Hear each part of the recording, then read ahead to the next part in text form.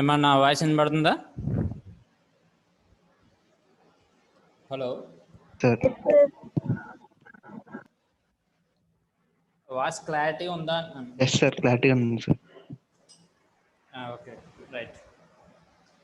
Okay, today we discuss about the cost analysis and different concepts of cost, and also we discuss about the break-even analysis. Break-even, what is the break-even analysis and the break-even point, and cost profit analysis. These concepts are covered in the today class. Okay, now we discuss about the cost analysis. What is the cost? Okay, the cost is nothing but the expenses. Okay, based on these expenses we decide the profit, how much money to expend the raw material, and deciding the final product cost. All these depend on the based on this cost analysis. Okay, now you see this in definition. The cost analysis refers to the measure of the cost and output relationship. That is, the economics are concerned with determining the cost incurred in hiring the inputs and how well these can be rearranged to increase the productivity of the firm. Okay, అంటే ఇక్కడ cost అంటే expenses అనేది దీన్ని base చేసుకొని మనం final product price అనేది decide చేస్తారు. Okay, ఆ ప్రైస్ మీద డిపెండ్ అయ్యి ప్రాఫిట్ అనేది మనం ఎక్కువ ప్రాఫిట్ గెయిన్ చేయడమా, లేకపోతే ఒక యావరేజ్ ప్రాఫిట్ అనేది మనం గెయిన్ చేయడమా, లేకపోతే no profit no gain. Okay, ఇలాగా డిఫరెంట్ స్ట్రాటజీస్ అనేవి మారిపోతూ ఉంటాయి based on this cost analysis. Okay, అంటే ఇప్పుడు అవసరం లేని చోట ఎక్కువ కాస్ట్ పెట్టారనుకోండి, దాని ఎఫెక్ట్ అనేది ఫైనల్ ప్రొడక్ట్ కాస్ట్ మీద పడుతుంది అనమాట. అంటే దానివలన ఇప్పుడు ఎక్స్పెన్సెస్ పెరిగిపోయినప్పుడు మనం ప్రాఫిట్ అనేది తగ్గించుకోవాల్సి వస్తుంది అనమాట. ఎందుకంటే ఇప్పుడు మన ఎక్స్పెన్సెస్ బాగా ఎక్కువ ఉన్నాయని చెప్పి మనం ఏదో మన ఫైనల్ ప్రొడక్ట్ రేట్ పెంచేసామనుకోండి, అది ఫైనల్కి వచ్చేటప్పటికి ఆ కస్టమర్ ఎవడు కూడా దాన్ని పర్చేజ్ చేయడు. ఓకే, అంటే ఇక్కడ డైరెక్ట్గా దీని మీద ఈ కాస్ట్ అనేది ఫైనల్ ప్రోడక్ట్ ప్రైస్ మీద ఎఫెక్ట్ అవుతుంది. ఓకే, దానివల్ల ప్రాఫిట్స్ అనేవి తగ్గించుకోవాల్సి వస్తుంది. కాబట్టి మనం యాజ్ మచ్ యాజ్ పాసిబుల్ ఏం చేయాలి, ఇక్కడ ఎక్స్పెన్సెస్ అనేవి తగ్గించుకుంటూ ఉండాలి. ఓకే, అదే చెప్తున్నాడు ఇక్కడ. Okay, different types of cost కూడా చెప్తున్నాడు. అంటే ఇక్కడ ఎక్స్పెన్సెస్ దేని మీద డిపెండ్ అయ్యి ఉంటాయి అంటే ఇన్పుట్స్. అంటే ఇన్పుట్స్ అంటే ఇక్కడ ఏంటి, లేబర్ కావచ్చు, రా మెటీరియల్ కావచ్చు. ఓకే, కొన్ని అనవసరమైన ఖర్చులు అవి ఎక్స్పెన్స్, అడ్వర్టైజ్మెంట్ కాస్ట్ కావచ్చు. ఇలాగ డిఫరెంట్ లెవెల్స్ ఉంటాయి. ఆ లెవెల్స్లో యాజ్ మచ్ యాజ్ పాసిబుల్ ఎంత అవసరమో అంతవరకే ఖర్చు పెట్టి ఉంటే దాని ఎఫెక్ట్ అనేది ప్రాఫిట్ అనేది మనం ఎక్కువ గెయిన్ చేయడానికి అవకాశం ఉంటుంది. Okay, series one. In other words, the cost analysis is concerned with determining the money value of inputs called as overall cost of production, which helps in deciding the optimum level of production. Okay, next one.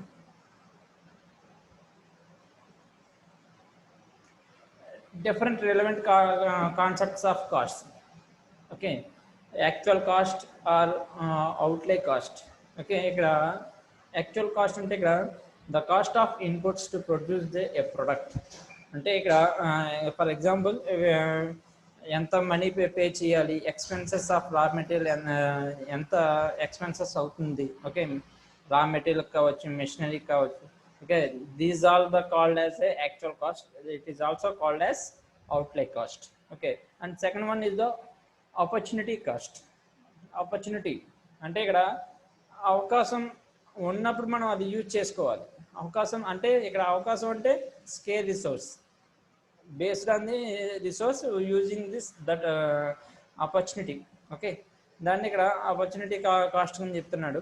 Okay, it is refers to the expenses returns from the second best alternative use of resource that are forgone due to the scarcity of resource such as land, labour, capital etcetera. అంటే ఇప్పుడు రిసోర్సే లేవనుకోండి, మనకి అవకాశమే లేదు. Okay, అటువంటిప్పుడు మనం దాన్ని use చేసుకోవడం కుదరదు కదా. కాబట్టి ఇక్కడ అదే చెప్తున్నాడు. In other words the optimum cost is the opportunity last due to the limited resource. Example కూడా ఇక్కడ చెప్తున్నాడు ఇక్కడ. అంటే మనం ఏదైనా ఒక కంపెనీ కంపెనీ స్టార్ట్ చేసాము, ఆల్రెడీ రన్ అవుతుంది. ఓకే, ఒక 10 lakhs ఆర్ 1 lakh రూపీస్ మనం బ్యాంక్లో డిపాజిట్ చేసాం. 10% ఇంట్రెస్ట్ ఇస్తున్నాడు కదా అని. That is the one of the opportunity. Okay, ఇప్పుడు మనకి సేమ్ అది ఇంకో ప్రాజెక్ట్ స్టార్ట్ చేసినప్పుడు 1 lakh అవసరం. కాబట్టి మనం ఏం చేస్తున్నాం, ఆ 1 lakh బ్యాంక్లో తీసుకొని మన ప్రాజెక్ట్ స్టార్ట్ చేస్తాం. అంటే తీసుకొని యూజ్ చేయడం వల్ల మనకి బెనిఫిట్ అవుతుంది, కానీ ఉన్న ఆపర్చునిటీ అనేది లాస్ అవుతుంది అన్నమాట. అంటే ఇక్కడ అంటే 10% ఇంట్రెస్ట్ పర్ యానం అనేది మనం లాస్ అవుతుంది ఇలా. ఓకే, ఇది ఎగ్జాంపుల్ కింద చెప్తున్నాడు. Next explicit and implicit cost. Okay, explicit cost అంటే ఇక్కడ ఓన్లీ అంటే మన అకౌంట్ బుక్లో ప్రతిదీ కూడా కన్సిడర్ చేస్తాం.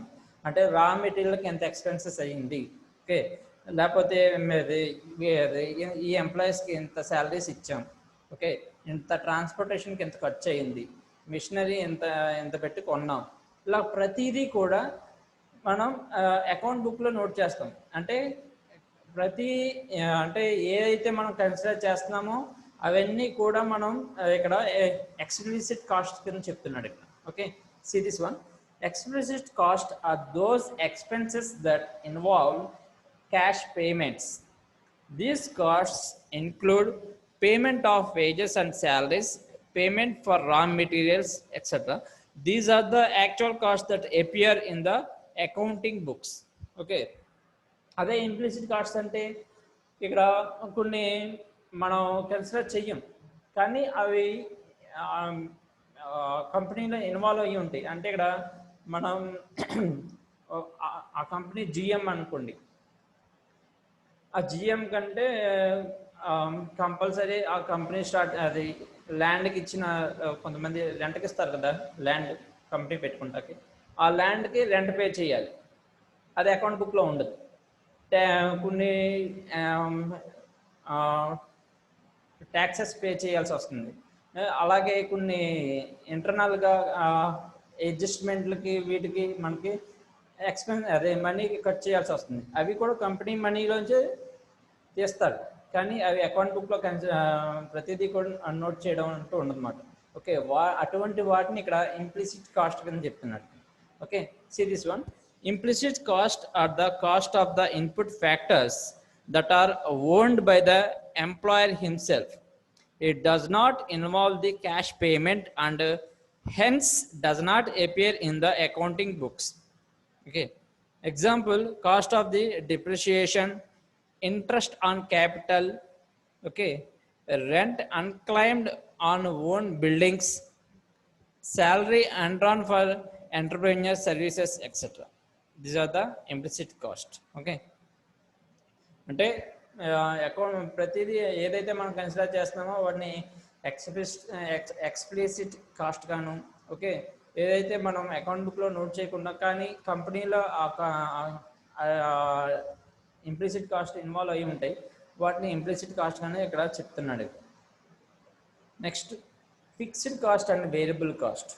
Okay, in economics variable cost and fixed costs are the two main costs that the company has when the producing goods and services, both variable cost and fixed cost. Okay, అంటే fixed cost అనేవి ఇక్కడ time based, ఆ particular time period వరకు కూడా ఫిక్స్డ్గానే ఉంటాయి, అవి change అవ్వవు.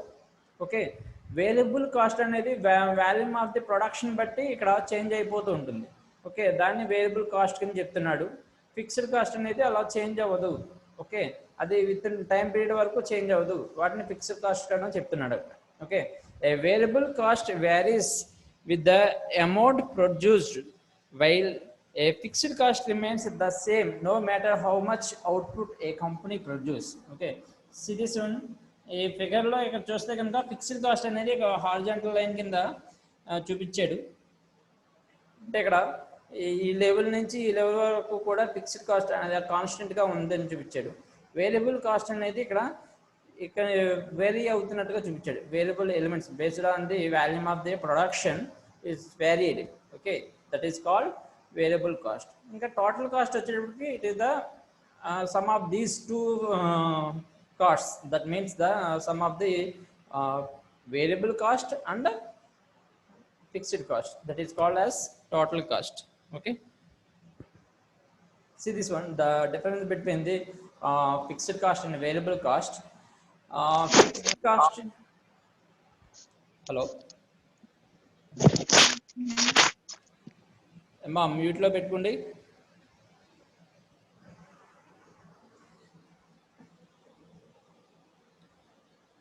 Fixed cost is the cost which does not vary with the changes in the quantity of production units. Okay, already చెప్పా కదా, ప్రొడక్షన్ యూనిట్స్ చేంజ్ అయినంత మాత్రాన ఇది చేంజ్ అవ్వదు. ఓకే, ఒక పర్టికులర్ టైం పీరియడ్ వరకు ఇది ఫిక్స్డ్గా ఉంటుంది, తర్వాత మళ్ళీ ఇది ఆ టైం పీరియడ్ తర్వాత మళ్ళీ ఇవి వేరే అవుతాయి. ఎందుకంటే ఇప్పుడు రెంట్ పే చేయాలి, మంత్లీ ఇది ఏం వేరే అవ్వదు కదా. ఆఫ్టర్ 3 years కానో 5 years తర్వాత ఇది రెంట్ అనేది చేంజ్ అవుతుంది. అటువంటి వాటిని ఇక్కడ ఫిక్స్డ్ కాస్ట్ కింద చెప్పుకుంటున్నాం. వేరియబుల్ కాస్ట్ అంటే ఇక్కడ ప్రొడక్షన్ వాల్యూమ్, అంటే ఇప్పుడు ఈ వాల్యూమ్ అది ఈ ప్రొడక్షన్ రేట్ ఎక్కువ ప్రొడక్షన్ అనేది స్టార్ట్ చేశారు. అటువంటిప్పుడు ఏం చేస్తారు, రా మెటీరియల్ ఎక్కువ పర్చేజ్ చేయాలి. ఓకే, ఎక్కువ లేబర్స్ని ఇక్కడ ఎంప్లాయీస్ని కూడా రిక్రూట్ చేసుకోవాలి. అంటే ఇక్కడ వేరే అయిపోతుంది అన్నమాట, ప్రతి వేరియబుల్ కూడా ఇక్కడ వేరే అయిపోతుంది. ఓకే, దాన్ని ఇక్కడ వేరియబుల్ కాస్ట్ అనేది చెప్తున్నాడు ఇక్కడ. Okay, see this one, variable cost is the cost which varies with the changes in the number of production units. Okay, production unit number of production unit బట్టి ఇక్కడ చేంజ్ అవుతూ ఉంటుంది, దాన్ని ఇక్కడ వేరియబుల్ కాస్ట్ అని చెప్తున్నాడు. Okay, next second point, the fixed cost is the time related, that is it remains constant over a period, that is called over period. Okay, variable cost which is volume related, that is it changes with the change in the value of the production. Okay, that is called variable cost. Next, third point, volume cost is definite, it will incur even when there is no units are produced.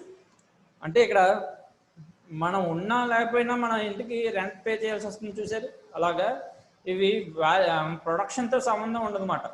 Okay, అది ఎప్పుడూ కూడా కాన్స్టెంట్గానే ఉంటుంది, ప్రొడక్షన్తో సంబంధం లేదు. Variable cost అనేది అలా కాదు, production ఉంటేనే అది ఉంటుందన్నమాట, వేరియబుల్ కాస్ట్ అనేది ఉంటుంది. అంటే ఇప్పుడు ప్రొడక్షన్ స్టార్ట్ చేశారనుకోండి, దానికి తగ్గట్టుగా మనం రా మెటీరియల్ కావచ్చు, మెషినరీ కావచ్చు, లేబర్ కావచ్చు, ఇలాగా ప్రతిదీ కూడా మనం పర్చేజ్ చేయాల్సి వస్తుంది, అదే రిక్రూట్ చేసుకోవాల్సి వస్తుంది అన్నమాట. ఓకే, అంటే ఇక్కడ ఫిక్స్డ్ కాస్ట్ అనేది ఒక దాని మీద డిపెండ్ అవ్వదు, కాన్స్టెంట్గా ఉంటుంది, ఒక ప్రొడక్షన్తో సంబంధం లేకుండా ఉంటుంది. వేరియబుల్ కాస్ట్ అనేది ప్రొడక్షన్తో సంబంధం ఉంటుంది అన్నమాట. అందుకే ఇక్కడ చెప్తున్నాడు, variable cost is not definite, it will incur only when the enterprise does some production. Okay, next point, fixed cost changes in per unit. Okay, variable cost remains constant in per unit.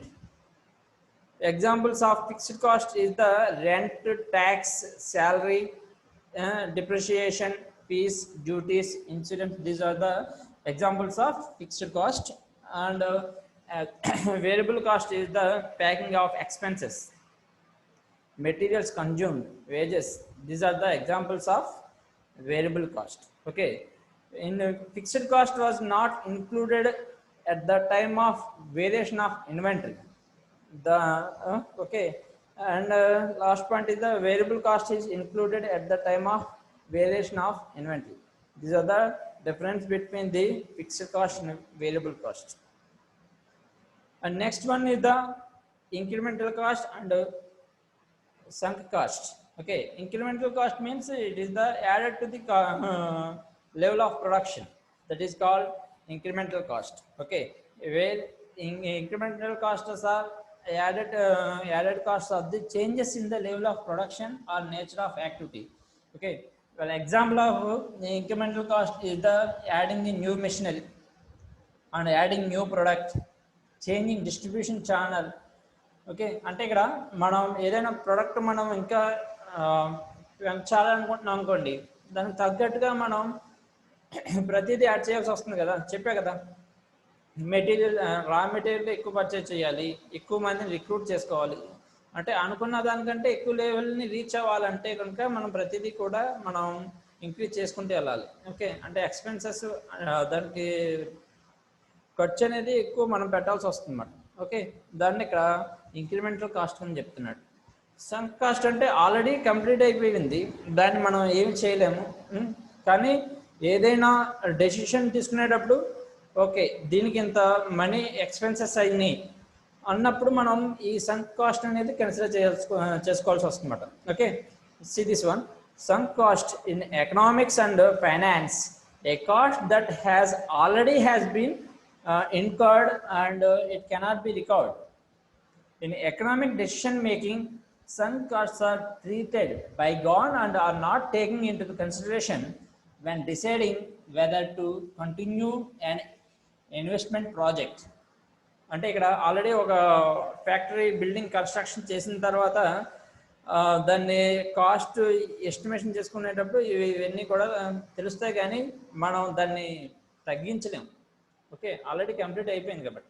Okay, series example, factory building constructed, cost has already has been incurred, it cannot be altered and change when the operations are increased or decreased. Okay, this is called as sunk cost.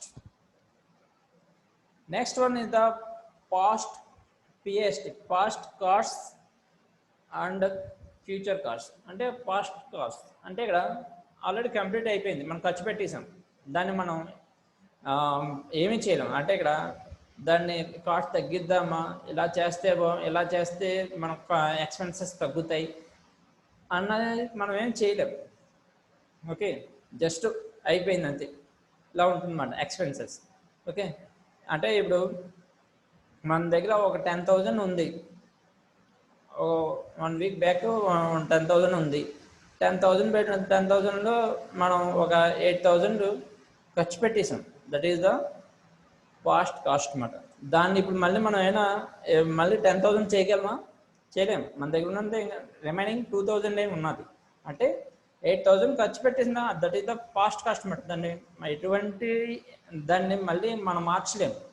Okay, future cost అంటే ఎలా అంటే మన దగ్గర 10,000 ఉంది, present 10,000 ఉంది, ఫ్యూచర్లో మనం ఈ ఎక్స్పెన్సెస్ ఉన్నాయి అన్నప్పుడు మనం ఏం చేస్తాం, మనకి 5,000 మిగలాలి అన్నప్పుడు మనకు కావాల్సిన ఎక్స్పెన్సెస్ని మనకు తగ్గట్టుగా చేంజ్ చేస్తాం అన్నమాట. అంటే ఇక్కడ నాకు దీని అవసరం ఉంది, దీని అవసరం పెద్ద లేదు, based on the priority. Okay, మనం ఖర్చు పెడతాం అన్నమాట. అంటే 10,000లో okay room rent compulsory pay చేయాలి, ఓకే ఫుడ్కి మనం ఎంత ఎక్స్పెన్సెస్ చేసుకోవాలి, ఇంకా లగ్జరీస్ అంటే ఎక్స్పెన్సెస్ ఉంటాయి కదా, మూవీ చూడడానికో లేకపోతే ఏమైనా పర్చేజ్ చేయడానికో, అవి నెక్స్ట్ మంత్ చూసుకుందాం. ఇలాగా అంటే based on the inputs changing the our expenses. Okay, ఇలాగా చేంజ్ చేసుకోవడాన్ని ఇక్కడ ఫ్యూచర్ కాస్ట్ అంటాడు. అంటే వాటిని చేంజ్ చేయొచ్చు, వాటిని ఫ్యూచర్ కాస్ట్ కింద చెప్తున్నాడు ఇక్కడ. See this one, past costs are actually costs incurred in the past. These costs are mentioned in the financial accounts. The management cannot rectify these past costs. Okay, future cost are those costs which are to be incurred in the near future. If the management considered the future costs are very high, it can reduce them or postpone the use of them. చెప్పే కదా, తగ్గించుకోవచ్చు లేకపోతే postpone చేసుకోవచ్చు. ఏదైతే అనవసర ఖర్చులు ఉన్నాయో లేకపోతే అంత ప్రయారిటీ లేదో ఆ కాస్ట్ని పోస్ట్పోన్ చేసుకోవచ్చు, లేకపోతే వాటిని తగ్గించవచ్చు. అది ఫ్యూచర్ కాస్ట్లో మాత్రమే పాసిబిలిటీ ఉంటుంది అన్నమాట, పాస్ట్ కాస్ట్లో అంత పాసిబిలిటీ అయితే ఉండదు. Okay, next one is the direct cost and indirect cost.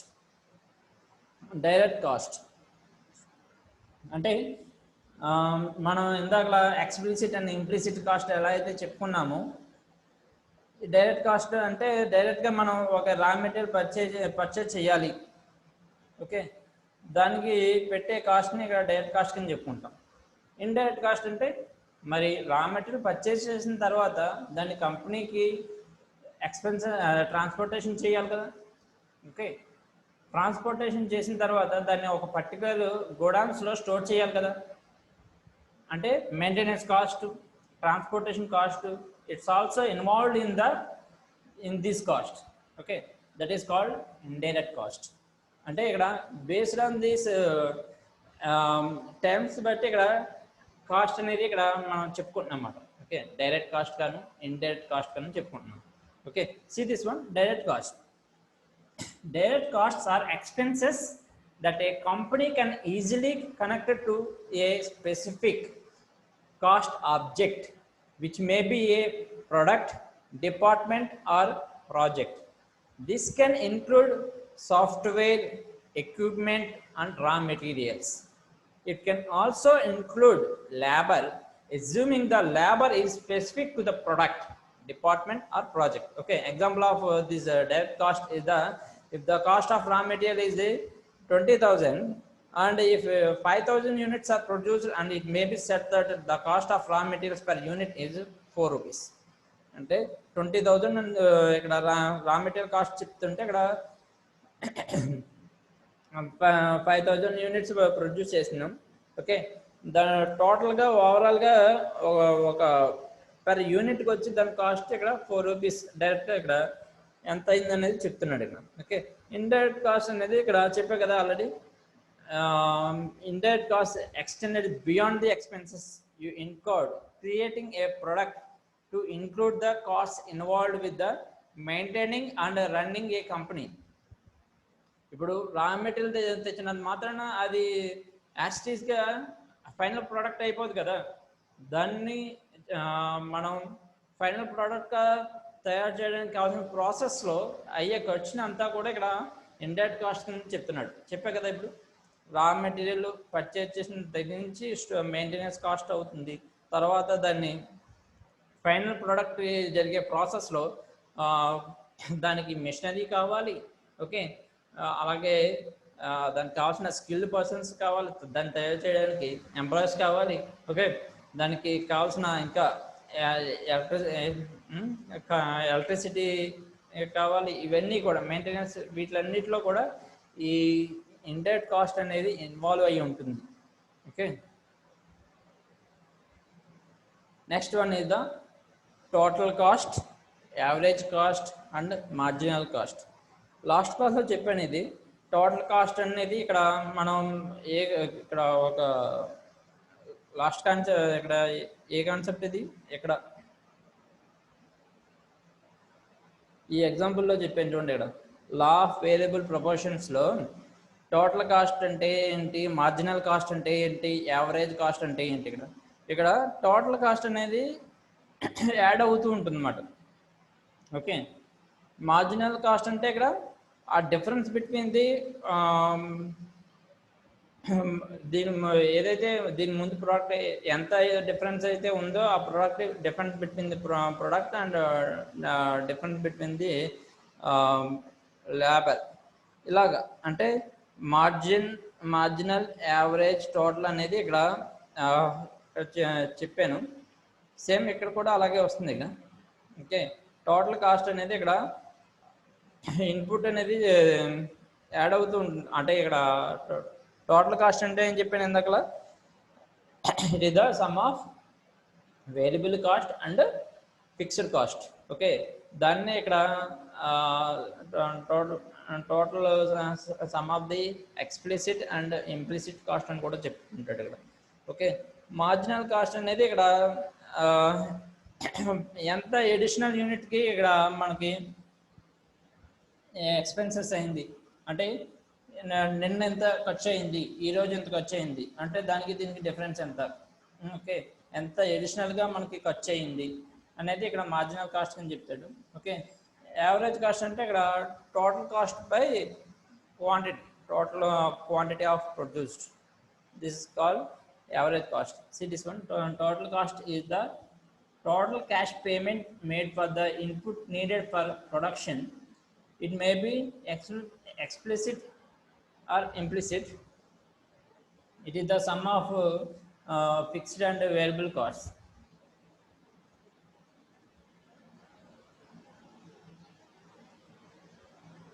Okay, and average cost is the cost per unit of the output. It is obtained from dividing the total cost by total quantity produced.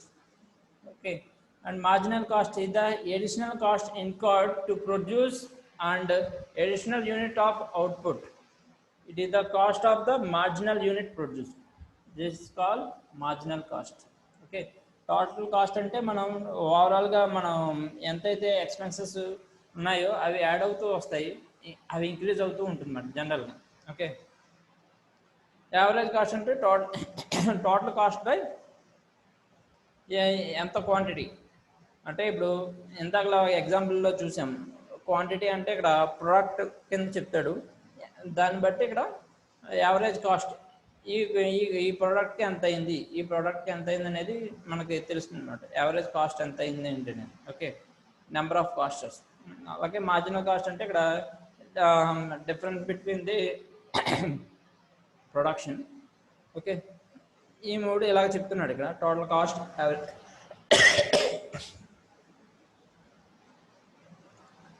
Total cost, average cost, అలాగే marginal cost. Next, cost volume profit analysis. Based on this cost volume profit analysis, we find out the sales of the product. Okay, ఎంత praise మనం అమ్మితే మనకి profit వస్తుంది, నష్టం రాకుండా ఉంటుంది. Okay, అంటే మనం ఒక కంపెనీ యొక్క ప్రాఫిట్ అనేది ఈ అనాలిసిస్ ప్రకారం మనం డిసైడ్ చేయొచ్చు. అంటే ఇక్కడ మనం రా మెటీరియల్ పర్చేజ్ చేసాం, ఎక్స్పెన్సెస్ అన్నీ ఉన్నాయి అంటే ఇక్కడ దట్ మీన్స్ ఇండైరెక్ట్ కాస్ట్ కావచ్చు, డైరెక్ట్ కాస్ట్ కావచ్చు, ఇంప్లిసిట్ కాస్ట్ కావచ్చు, ఎక్స్ప్లిసిట్ కాస్ట్ కావచ్చు. All these cost involved in this to made the final product. Okay, దీన్ని బట్టి మనం ఎంత కట్ చేయింది మనం అంటే మన బిజినెస్ అనేది ఏంటి, మ్యాక్సిమం ప్రాఫిట్ గెయిన్ చేయడానికే మనం ప్లాన్ చేసుకునేది అనమాట. ఆ ప్రాఫిట్ అనేది మనం ఎక్కువ ఎక్స్పెక్ట్ చేసి ఎక్కువ ప్రాఫిట్ రావాలని చెప్పి ఫైనల్ ప్రొడక్ట్ రేటు ఈ ఎక్స్పెన్సెస్తో పాటు ఎక్కువ ప్రాఫిట్ అనేది దీంట్లో యాడ్ చేసి మనం మార్కెట్లోకి రిలీజ్ చేస్తే ఆ ప్రోడక్ట్ అనేది కస్టమర్ అనేవాడు పర్చేజ్ చేయడు. అంటే ఫిక్స్డ్ రేట్ అనేది దానికి మనం ఉంచాలి, దాంట్లోనే ఈ ప్రాఫిట్ అనేది ఇన్వాల్వ్ అయ్యి ఉండాలి, ఈ ఎక్స్పెన్సెస్, మెయింటెనెన్స్ కాస్ట్ ఇవన్నీ కూడా ఇంక్లూడ్ అయ్యి ఉండాలి. అర్థమైందా? దాన్ని ఇక్కడ కాస్ట్ వాల్యూమ్ ప్రాఫిట్ అనాలిసిస్ కింద చెప్తున్నాడు. ఎంత అమ్మితే మనకి ప్రోడక్ట్ అనేది లాభం వస్తుంది, ఓకే, నష్టం ఎంతకి మనం ఈ ప్రోడక్ట్ అమ్మితే నష్టం రాకుండా ఉంటుంది. ఓకే, ఇలాగా ఈ particular these analysis is decide the decision making process. అంటే వీటిని బట్టి మనం డిసైడ్ చేయొచ్చు అన్నమాట. ఓకే, డెఫినేషన్ చూడండి ఇక్కడ. The cost volume profit analysis commonly referred to as CVP, cost volume profit analysis, okay, is planning process that management uses to predict the future volume of activity, cost incurred, sales made and profit received. In other words, it's mathematical equation that computes how changes in the cost and sales will affect income in the future periods. అంటే ఇప్పుడు ఇంతకంటే ఎక్కువ అమ్మారనుకోండి,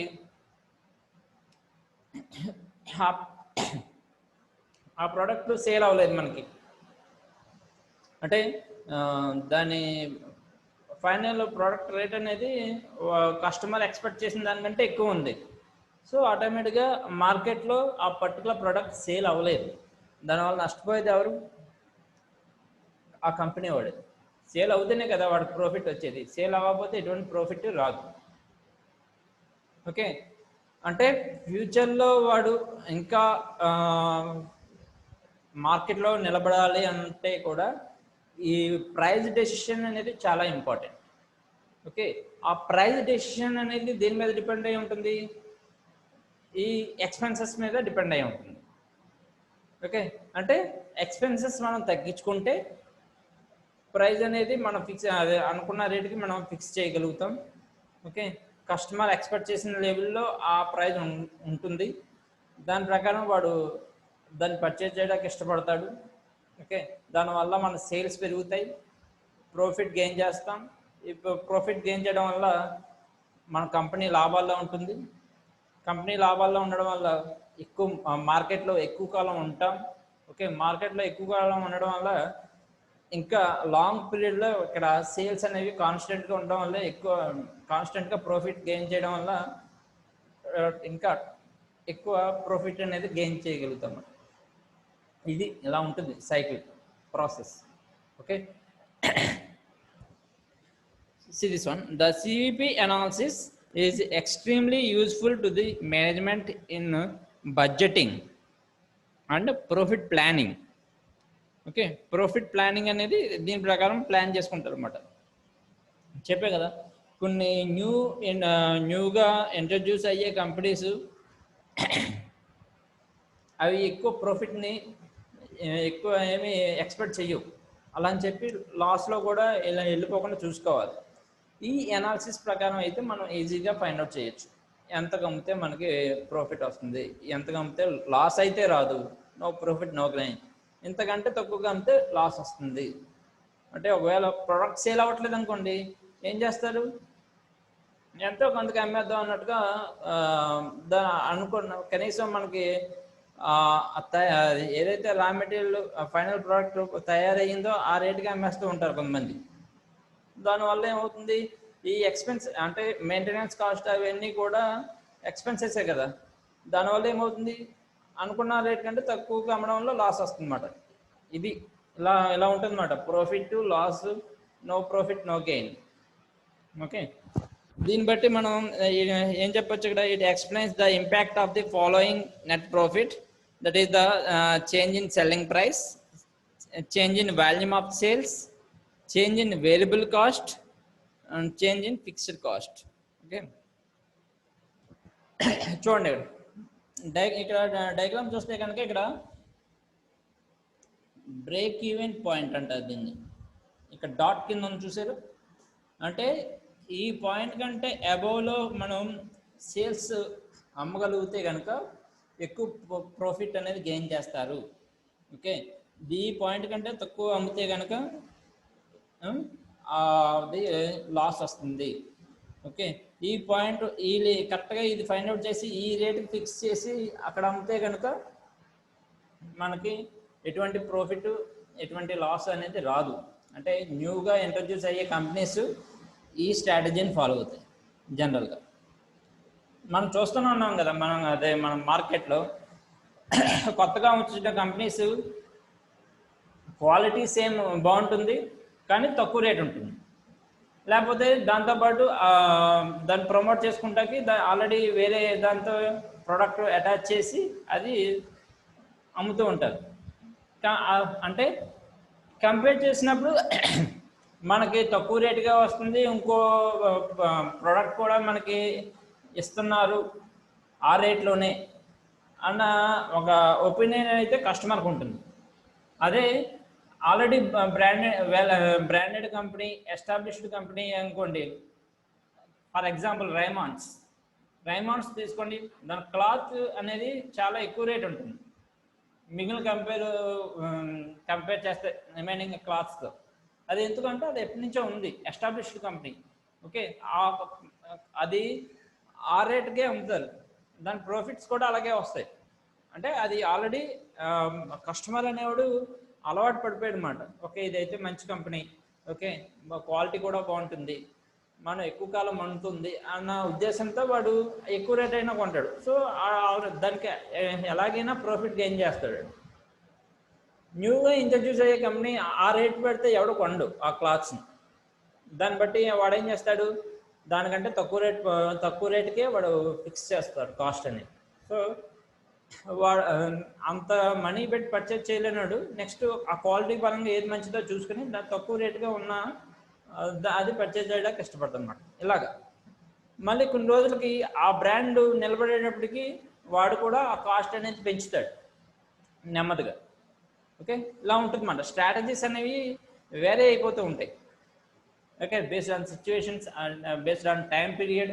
okay, ఇలాగా series one they also use cost volume profit analysis to calculate the break even point in production process and sales. The break even point is drawn on the CVP graph where the sales, fixed cost and variable cost lines all intersects. This is a key concept because it shows management that the revenue from a project will be able to cover all the costs associated with it.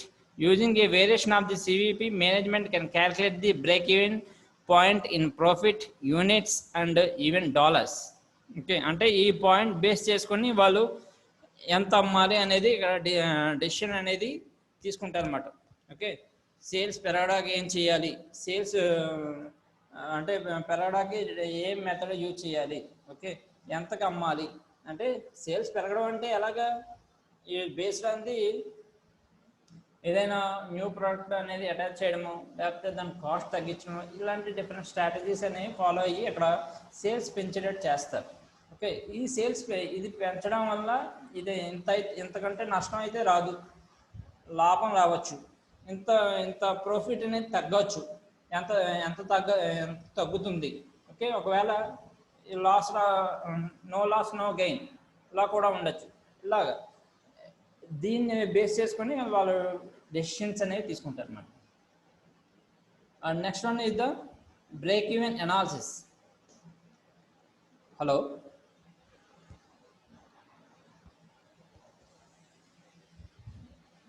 ఏమన్నా నా voice వినబడుతుందా మీకు?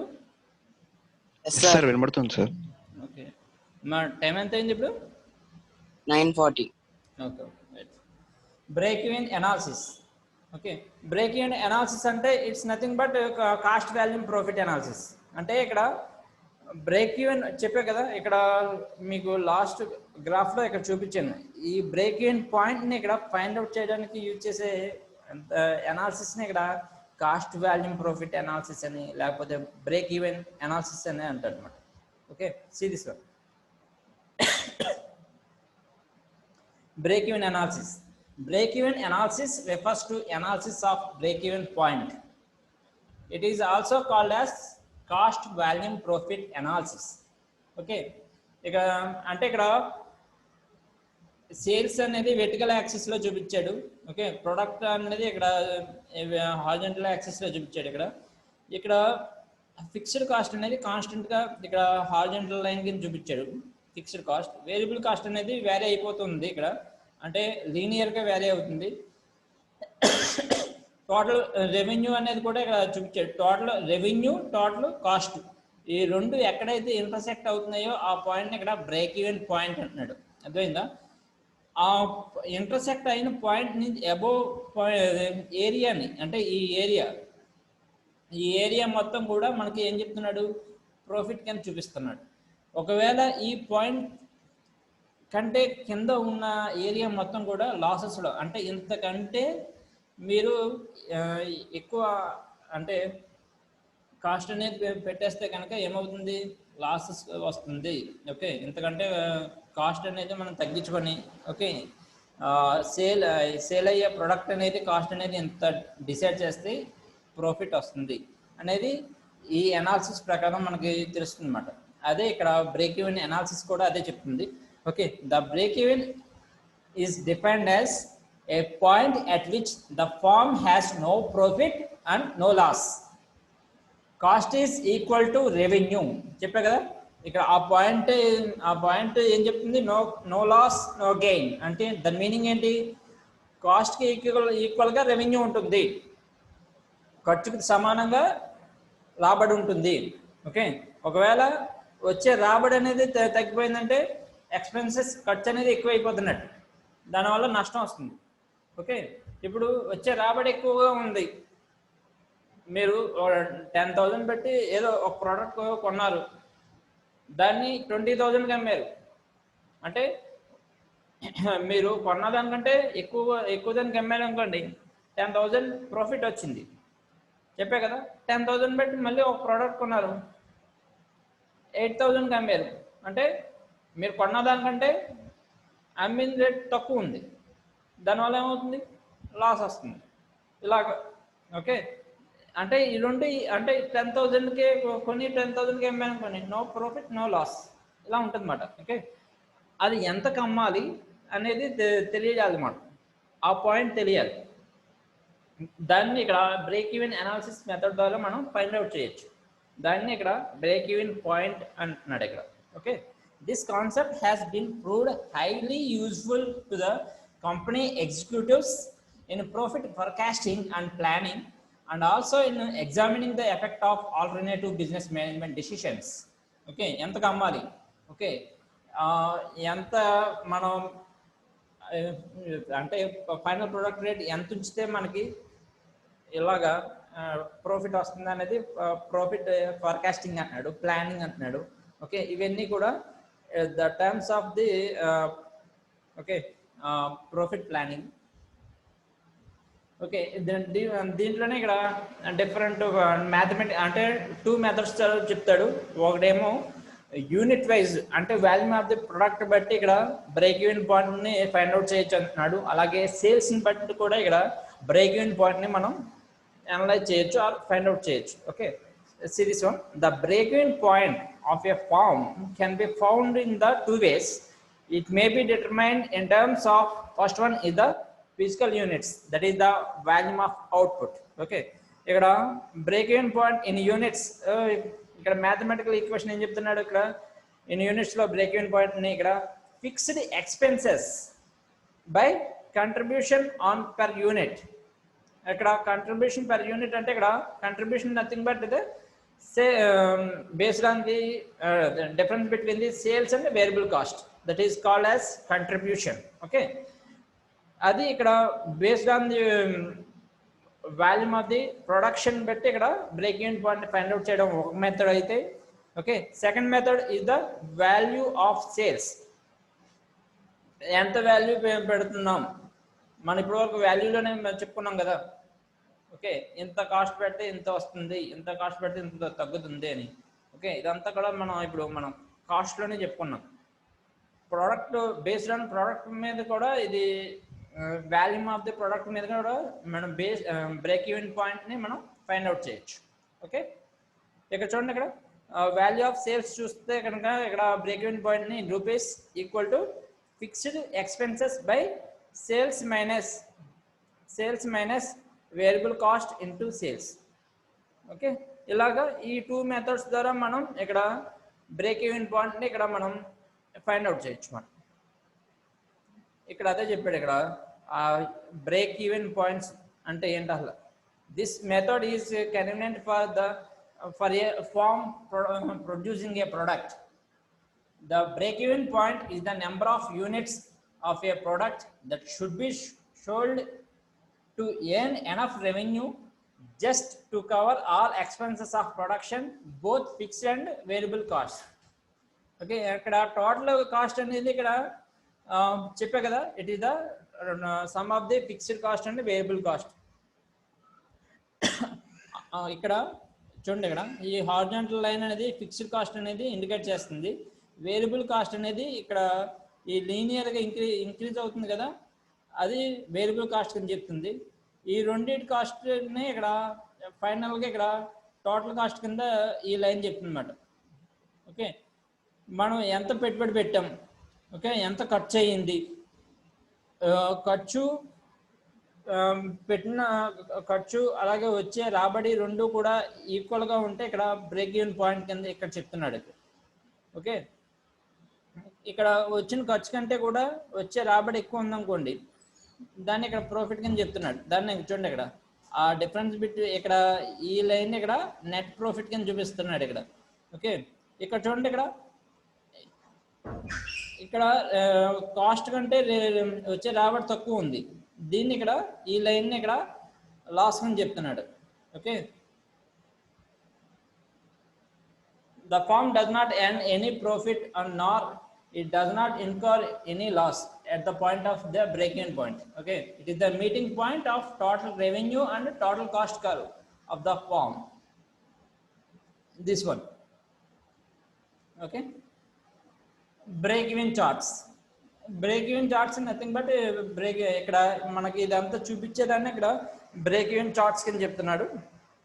అంటే ఇక్కడ break even చార్ట్స్లో ఏం చెప్తాడు, different times చెప్తాడు. ఇక్కడ బ్రేక్ ఈవెన్ పాయింట్ అంటే ఏంటి, ఓకే, మళ్ళీ ఇవే మనం ఇప్పుడు వరకు ఏదైతే అన్నామో అవే వస్తాయి. వేరియబుల్ కాస్ట్ అంటే ఏంటి, ఫిక్స్డ్ కాస్ట్ అంటే ఏంటి, కంట్రిబ్యూషన్ అంటే ఏంటి, ఓకే, ఇవన్నీ కూడా ఈ బ్రేక్ ఈవెన్ చార్ట్స్లో వస్తాయి అన్నమాట. See this one, break even charts are being used in recent years by the managerial economists and company executives and government agencies in order to find out the break-even point. In the break-even charts, the concepts like fixed cost, fixed variable cost, total variable cost, and total cost and total revenue are shown in the separately. Okay, each and every point కూడా ఇక్కడ మనం చూస్తాం అన్నమాట break even charts లో. Okay, the break-even chart shows the extent of the profit or loss to the firm at different levels of activity. ఇక్కడ total sales of revenue అనేది ఇక్కడ based on the some of total fixed cost and total variable cost. Okay, ఈ రెండింటి మీద ఈ రెండింటి సమ్మే ఇక్కడ sales of revenue అని చెప్తున్నాడు ఇక్కడ. What are the managerial significance in a break-even analysis? Okay, see this one, break-even analysis is a lot of practical importance to decision makers. And అంతే కదా, ఇప్పుడు ఎంత ప్రాఫిట్ రాకపోయినా పర్లేదు, లాస్ రాకుండా ఉంటే చాలా అని కొన్ని కంపెనీస్ అనుకుంటాయి. ఎందుకంటే వాళ్ళు మార్కెట్లో ఎక్కువ కాలం నిలబడితే ఆటోమేటిక్గా అవే ప్రాఫిట్ గెయిన్ చేస్తాయని ఉద్దేశంతో. కొంతమంది నాకు ఎక్కువ ప్రాఫిట్ ఏమి ఎక్స్పెక్ట్ చేయట్లేదు అని ఒక లెవెల్ అంటే 20 రూపీస్ అమ్మే ప్రోడక్ట్ని 18 రూపీస్కి పర్చేజ్ చేస్తాడు. 10 రూపీస్కే వాడికి ప్రోడక్ట్ తయారవుతుంది, ట్రాన్స్పోర్టేషన్ కాస్ట్ అవన్నీ చూసుకుని 15 రూపీస్ అవుతుంది. Just they expecting 3 rupees profit. కొంతమంది ఉంటాయి ప్రోడక్ట్ 20 రూపీస్కి అమ్ముతారు, అంటే వాడు ఎస్టాబ్లిష్ అయిపోయిన కంపెనీ కావచ్చు. అటువంటి వాడు ఇవన్నీ ఆలోచించడు. ఓకే, మన కంపెనీ ఆల్రెడీ ప్రాఫిట్లోనే ఉంటుంది, ఆల్రెడీ మార్కెట్లో ఎస్టాబ్లిష్ అయిపోయింది కాబట్టి మనం మరి అంత తక్కువకి అమ్మడం నెసెసిటీ లేదు, బ్రాండెడ్ కంపెనీ కాబట్టి అన్న ఉద్దేశంతో వాడు అలా అమ్ముతాడు. అంటే ఇదంతా కూడా దేని బేస్ చేసుకున్నా అంటే ఇక్కడ ప్రోడక్ట్ అయిన విధానం కావచ్చు, లేకపోతే ఈ ఎక్స్పెన్సెస్ కావచ్చు, ఇవన్నీ కూడా ఈ అనాలిసిస్ ప్రకారం మనం వాళ్ళు డిసైడ్ చేస్తారనమాట కాస్ట్ అనేది. Okay, see this one, first point, to understand the break-even quantity. Second one, to know the impact of changes in fixed cost on the break-even quantity and profits. To know the impact of changes in variable cost on the break-even quantity and profits. To get target profits. To understand the margin of safety. To initiate changes in prices, add or drop decision, and make or buy decisions. Okay, ఇవన్నీ కూడా these are the marginal significance of break-even analysis. What are the limits of break-even analysis? Limits ఏమున్నాయి? Okay, first one is that it assumes the price to remain constant. ఎంత decide చేయాలి ఏంటనేది ఇది ఇక్కడ ఈ limits అనేది చెప్తున్నాయి ఇక్కడ. Separability of cost into fixed and variable cost. It has limited to use in case of multi-product firms. There is no change in government policies. Availability of cost, volume, profit. data. These are the limitations of break-even analysis. Okay, this is the different terms in related terms in break-even analysis. First one is the contribution. Contribution nothing but is the difference between the sales and the variable cost. Okay, it's also tell that the contribution equal to fixed cost plus profit. Series 1, the contribution is the difference between sales and variable cost, and it contributed towards fixed cost and profit. It helps the sales and pricing policies and measuring the profitability of different proposals. Contribution is a sure test to decide whether the product worthwhile to be continued among different products. Okay, these are the terms. Margin of safety and okay, margin of safety is nothing but the difference between the present sales and break-even sales. It's also tell that profit by profit volume ratio. Okay, ఇవన్నీ కూడా మీరు ప్రాబ్లమ్స్లో వస్తాయి. అంటే variable cost find out చేయడం, fixed cost find out చేయడం, next ఏమో contribution అనేది calculate చేయడం, దాన్ని బేస్ చేసుకుని ఇక్కడ ఓకే ప్రాఫిట్ వాల్యూమ్ రేషియో అనేది క్యాలిక్యులేట్ చేయడం, ఇవన్నీ కూడా మీకు బ్రేక్ ఈవెన్ అనాలిసిస్లో మీకు ప్రాబ్లమ్స్లో వస్తాయి.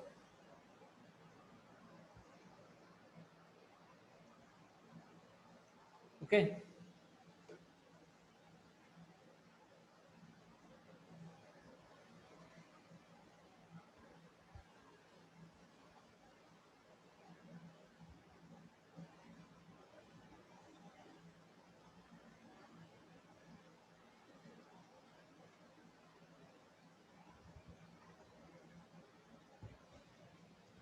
హలో, నెక్స్ట్ క్లాస్లో Hello, మనం బ్రేక్ ఈవెన్ అనాలిసిస్ మీద ప్రాబ్లమ్స్ అవి చూద్దాం ఒకసారి. ఓకే, అంటే టోటల్గా ఇక్కడ ఈ యూనిట్లో మనకు కవర్ అయ్యేది ప్రొడక్షన్ ఫంక్షన్స్, దాన్ని బేస్ చేసుకుని ఏమేమి ఉంటాయి ప్రొడక్షన్కి సంబంధించినవి. ఓకే, అలాగే నెక్స్ట్ కాస్ట్ అనాలిసిస్, ఈ రెండు కాన్సెప్ట్స్ రెండు ఈ సెకండ్ యూనిట్లో కవర్ అయినాయి. ఓకే, నెక్స్ట్ క్లాస్లో మనం ఇవి చెప్పుకుందాం, ప్రాబ్లమ్స్ ఎలా చేయాలి ఏంటనేది చెప్పుకుందాం. సరే. Okay sir.